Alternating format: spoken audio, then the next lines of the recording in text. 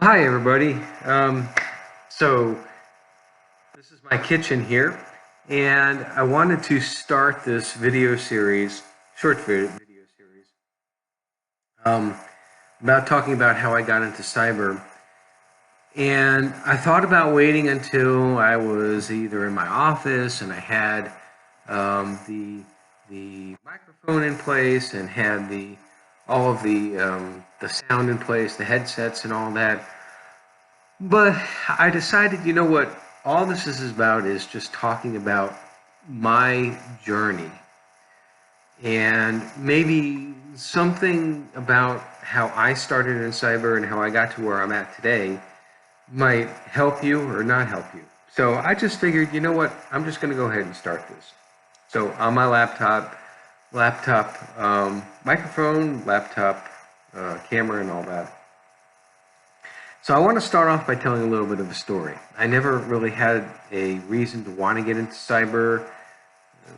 Back in the day, cyber wasn't even a word.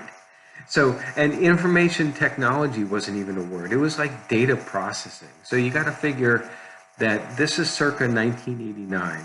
This is times when I was in college and we went and we did the registration. We had little bubble forms we had to fill out, those sorts of things. We didn't have like computers to do any of that stuff or terminals or what have you. I started at the University of Buffalo as a engineering student. I was in mechanical, well, I started in aerospace engineering. Wanted to maybe get into the military, get into the Air Force or the Navy as a pilot, and do fighter plane stuff, Top Gun, all that crap. Never got to that point. I decided that eventually when it came time to think about flying that I would fly on my own dime and my own time, but that's a little bit further down in the story. But anyway, so I went to the University of Buffalo, aerospace engineering, and really enjoyed it. Learned a lot about basic engineering principles. Actually, it was physics that taught me why calculus was important. Learning to understand that acceleration was a derivative of velocity, and velocity was a derivative of position. I think I got that right. It was like, wow, that makes sense now that we're doing these derivatives in calculus, right? So college was great. I mean, you're talking again.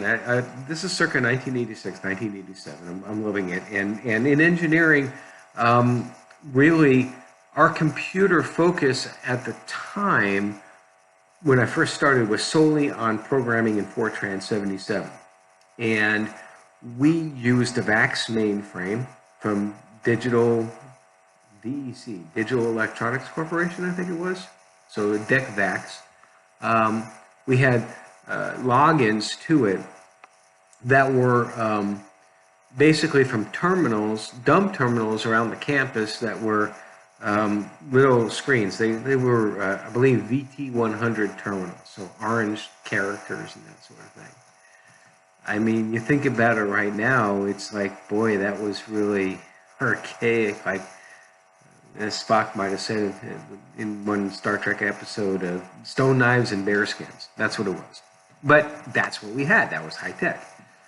Computer labs, where the computers were the terminals. We log into the VT100s onto the VAX, connected via serial. It was RS-232 to a DCA multiplex serial connection, and that's how we got in.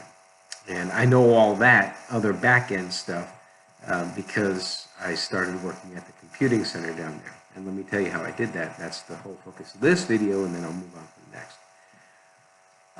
You know, when you're in college, you want to try to make, at least I did, I wanted to try to make money where I could because I didn't come from a rich family, so I was paying for some measure rather of my college. I had a couple of minor scholarships, but nothing major. Some financial aid, but it didn't cover everything. So I did work study in the industrial engineering department, and I also did part-time work at Burger King and those sorts of things. And, you know, Burger King is great, but when this idea, this job at the computing center came up, it was like, oh, okay, computer networking. I don't know if I can do that because all I know is like I didn't even have a computer at the time. My first computer I bought was after that, and it was a Hyundai PC clone. I used to say it had like dual disk drive and four-wheel drive or something like that, you know, like the Hyundai car. But one of the things that I had done is that I was in the Air Force Reserve, and I hadn't been in for too long. I joined in '89, went through basic training in '89, in the summer of '89, and I was a C-130 mechanic, and how they teach relatively young and experienced folks on how to be mechanics on aircraft is that they have actually technical orders, big binders. They call them TOs, okay? TOs that would tell you exactly how to fix a particular minor problem on an airplane, all right? So pretty easy to do, pretty easy to know which tool you wanted. They were all in like these shadow toolboxes and all that. And so I became an aircraft mechanic. Again, this was part of my strategy eventually to become a fighter pilot in the Air Force. I figured if I was a mechanic on an aircraft, I would understand flying better. It was a good idea at the time. My career goals and my career strategies were in line. But I really thought that maybe it would be better if I could find a job on campus. And the computing center at the University of Buffalo was talking about that they had an ad for part-time student network technicians. And I thought, well, try it. I mean, why not try? And I went and I interviewed, and the person I interviewed was he was a former drill sergeant for the Marines. Talk about being intimidated. And he hired me. And do you know why he hired me? Because he said, I know you don't have any experience, but if you can read a TO, a technical order, like I said before, to fix an airplane, a C-130, you can figure out this computer networking stuff. And so that was my beginning in IT, the beginning of my path. That was circa late 1989. And next time I talk, we'll pick it up from there. So I hope you enjoy this little series.